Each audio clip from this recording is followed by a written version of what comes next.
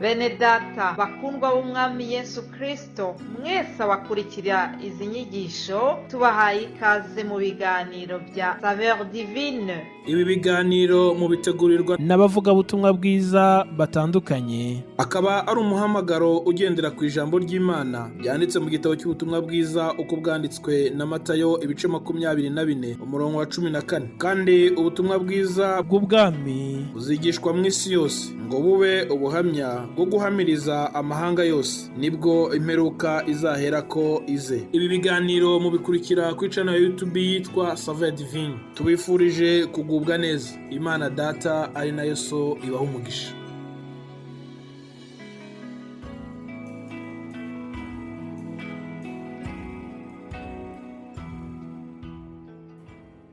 Yesu ashimwe nshuti z'umusaraba bakundwa mwese abakurikira ibi biganiro bya Saveur Divine.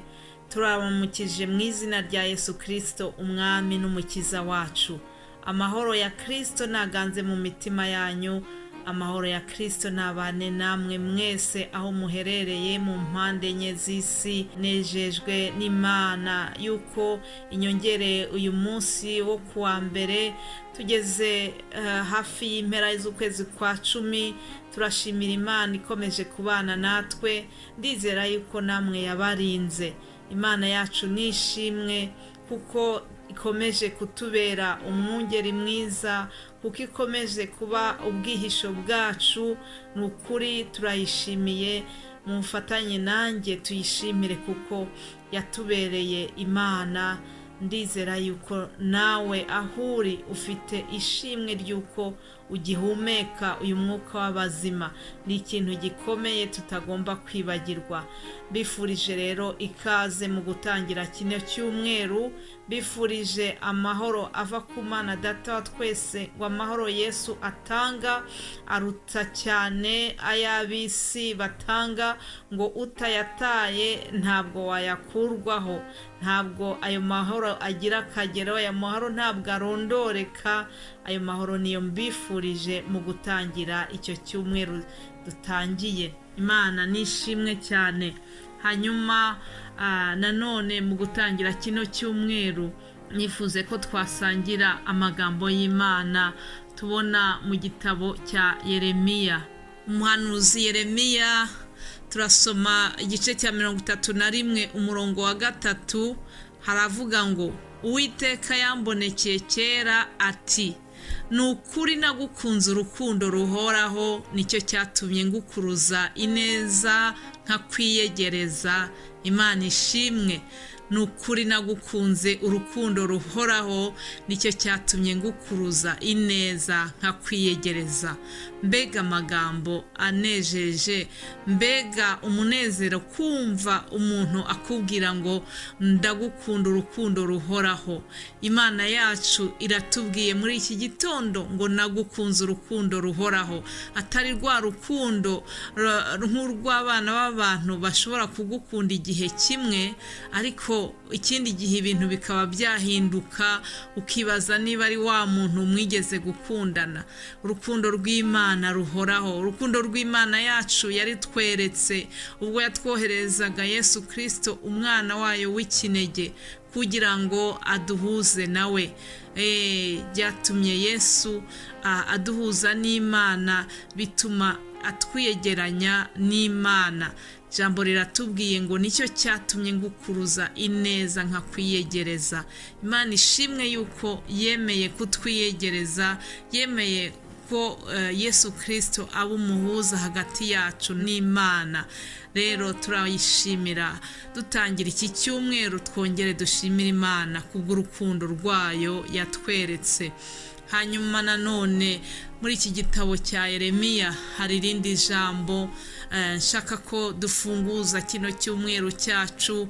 Ni ijambo ririmo isezerano ryiza cyane, ni ijambo benshi bazi mu mutwe, ni ijambo n'abatamenyereye gusoma Bibiliya cyane bararizi, ariko twongere turyiyibutse. Yeremiya 29 umurongo wa 11 aratubwira ngo, erega nzi ibyo nibwira nzabagirira, ni amahoro si bibi, kugira ngo mbareme umutima w'ibyo muzabona hanyuma, ni ko Uwiteka avuga.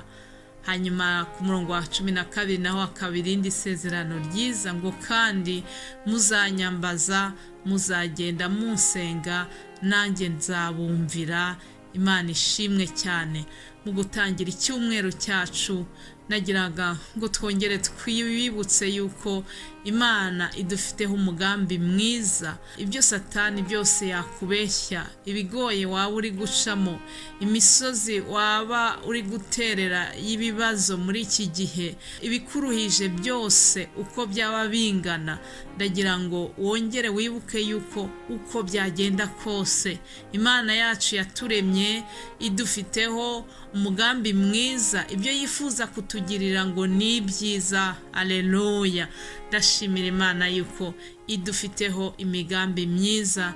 Ndashimira Imana yuko kandi yongeye kudusezeranya yuko nituyambaza, nituyisenga, izatwumvira. Haleluya. Muzanyambaza, muzagenda munsenga, nanjye nzabumvira. Ngiryo isezerano ngutuye muri iki gitondo mu gutangira kino cyumweru.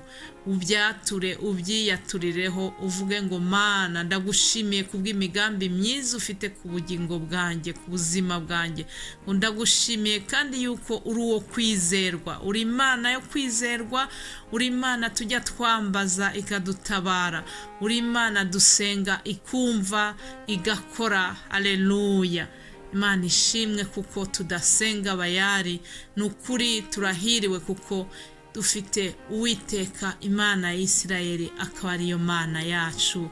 Turayishimiye muri iki gitondo. Aho uri hose umfashe tuyizamurire icyubahiro kuko ikomeje kutubera Imana. Hanyuma mu gutangira kino cyumweru ndagira ngo kandi nongere mbashimire mwebwe mwese abashyigikiye uyu muhamagaro wa Saveur Divine. Imana ibaha umugisha. Imana iguha umugisha wowe udusengera. Imana iguha umugisha wowe utwifuriza iterambere, wowe utwifuriza ibyiza. Imana iguha umugisha wowe ugira icyo ukora kugira ngo Saveur Divine itere imbere. Nukuri nzamuye icyubahiro cy'Imana kubwo ibyo yakoze, kandi Imana igikorera mu bantu. Imana ikoresha mwebwe, Imana ikoresha twebwe abavuga butumwa kugira ngo yiheshe icyubahiro, kugira ngo kandi ubwoko bwayo buhembuke. Ibyo rero ndabishimira kuko mwese ababigiramo uruhare mumenye yuko umuhati wacu atari uw'ubusa. Imana ishimwe cyane. Ndashimira kandi by'umwihariko abavuga butumwa bitanga kugira ngo babagezeho ubutumwa bwiza. Ndashimira Imana cyane yuko bungutse n'umuvuga butumwa w'igiswahili mu rurimi rw'igiswahili. Imana ishimwe, ihabwa icyubahiro kuko ubutumwa bwiza bw'ubwami buzamamazwa mu isi yose, buzamamazwa kandi mu ndimi zose. Imana ishimwe kuko ibyo ngibyo izabikora kugira ngo yiheshe icyubahiro. Rero Imana ikomeje guhagararira umurimo wayo, turayishimira. Hanyuma mbere yuko ndangiza ndagira ngo mbibutse yuko buri cyumweru tuba tubafitiye teme nshya, tuba tubafitiye ijambo tugenderaho. Mu minsi yashize twavuze ku byerekeranye n'ukuntu abigishwa bagiye kuvuga ubutumwa, ukuntu Imana yabanye nabo, Mwuka Wera akabakoresha imirimo ikomeye, ibitangaza byaherekeje ivugabutumwa ryabo. Ibyo rero muri make nibyo twabonye ubushize. Hanyuma iki cyumweru tuzaganira ku gitabo cy'Abagalatiya. Tuzareba intumwa Pawulo ibyo yandikiye Abagalatiya. Ni byiza yuko tujya dufata n'umwanya wo kwiga ibitabo bya Bibiliya tukabisesengura, atari kwiga ijambo rimwe rimwe, ahubwo tukaba twafata n'igihe cyo gufata igitabo kimwe tukagisesengura, tukareba amasomo arimo. Reka rero tuziga ku gitabo cy'Abagalatiya, twumve ibyo umukozi w'Imana Pawulo atubwira muri icyo gitabo, turebe n'uburyo n'ibyatumye acyandikira bariya bantu. Mbese muri makeya n'ibyo ngibyo tuzasangira muri iki cyumweru kiri imbere. Ijambo rito cyane nshaka kurangirizaho ryo mu Bagalatiya 6 umurongo wa 9, Pawulo abwira abo yabwiraga, arababwira arabihanangiriza ngo twe gucogorera gukora neza, kuko igihe nigisohora tuzasarura nitutagwa isari. Mwene data unyumva, nawe ndagira ngo ntangire icyumweru nkwinginga kugira ngo we gucogora mu gukora ibyiza, we gucogora mu rukundo, we gucogora mu gusura abarwayi, we gucogora mu gukunda abandi, we gucogora mu gufasha abakene. Nudacogora nukuri uzahabwa ingororano nyinshi. Imana rero iduhana umugisha, Imana ibahe kugira icyumweru cyiza. Mbifurije amahoro ya Kristo mu izina rya Yesu. Amen, amen.